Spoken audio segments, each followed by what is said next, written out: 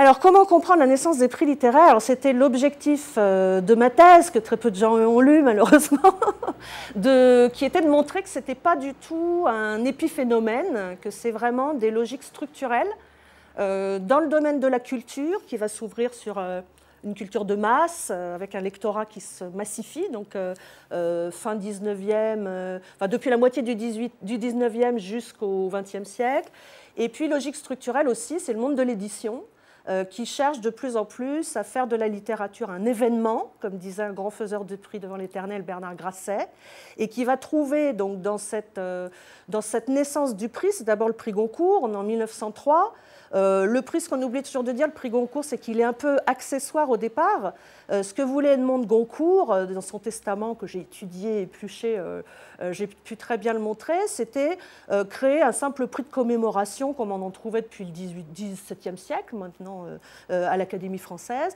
Par contre, c'était aussi créer une académie qui mette 10 écrivains, parce qu'il fallait que ce soit des hommes de lettres, rien qu'hommes de lettres, à l'abri du besoin, et notamment dans ce fantasme légitime aussi, qui était aussi celui de Sainte-Beuve, de voir la presse et la littérature industrielle se développer via la presse. Donc l'idée, c'est de créer une académie Goncourt pour défendre l'écrivain, lui permettre d'avoir des rentes viagères, qui le met à l'abri, donc 10 écrivains sont comme ça mis à l'abri du besoin de faire de la besogne alimentaire dans la presse de l'époque. Donc c'est vraiment une machine à défendre l'écrivain au départ. Alors, fonction des prix, elle a beaucoup évolué. Je pense qu'au départ, les prix littéraires comme le Goncourt et le Fémina, parce que le Fémina est très ancien aussi, il est créé en 1904, le premier prix attribué en 1905, c'est des prix qui visent, qui reprennent des traditions très anciennes, sénaculaires et mondaines, de désignation d'une excellence littéraire. Donc ça, c'est une très vieille tradition française,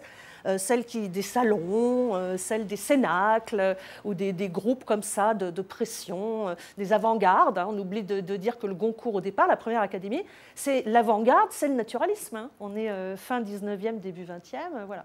Donc la fonction du prix, au début, elle est réellement de dire l'écrivain est à même de désigner, et le mieux à même peut-être, de désigner l'excellence littéraire.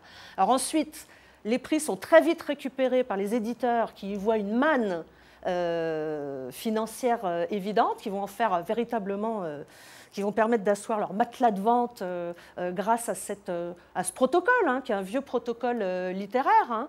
Et le prix va devenir bien sûr commercial, va très vite devenir vendeur, et c'est parce qu'il est vendeur que les éditeurs se l'accaparent. Et puis il y a une fonction plus récente que j'étudie depuis quelques années, qui émerge, je dirais, dans les années 70, à peu près en même temps que ce qu'on appelle les prix populaires à jury tournant, donc dans les années prix du livre inter, grand prix des lectrices d'Elle, etc., prix RTL Lire. C'est des prix qui vont de pair avec quelque chose qui émerge donc de ces années-là, c'est la promotion de la lecture et la promotion du livre, à une époque où on voit manifestement le livre concurrencé par d'autres biens culturels, cinéma, puis bientôt multimédia, etc. Et puis la lecture être en perte de vitesse. En tout cas, il y a cette idée-là. Donc c'est les années aussi, on va voir dans les années 80, Jacques Lang crée le Salon du livre de Paris, il va y avoir la fureur de lire, toute cette manifestation-là de promotion de la lecture. Et je pense qu'une bonne partie des prix aujourd'hui trouvent leur fonction, paradoxalement, pas tellement dans la consécration de l'écrivain qui est lauréat de leur prix, mais beaucoup plus dans la gratification du jury tournant ou du jury dans une expertise nouvelle, plus démocratiste, une expertise littéraire, et avec cette grande idée qu'on fait, et c'est vrai, ça permet la promotion du livre et de la lecture, donc en ça, c'est pas une mauvaise chose.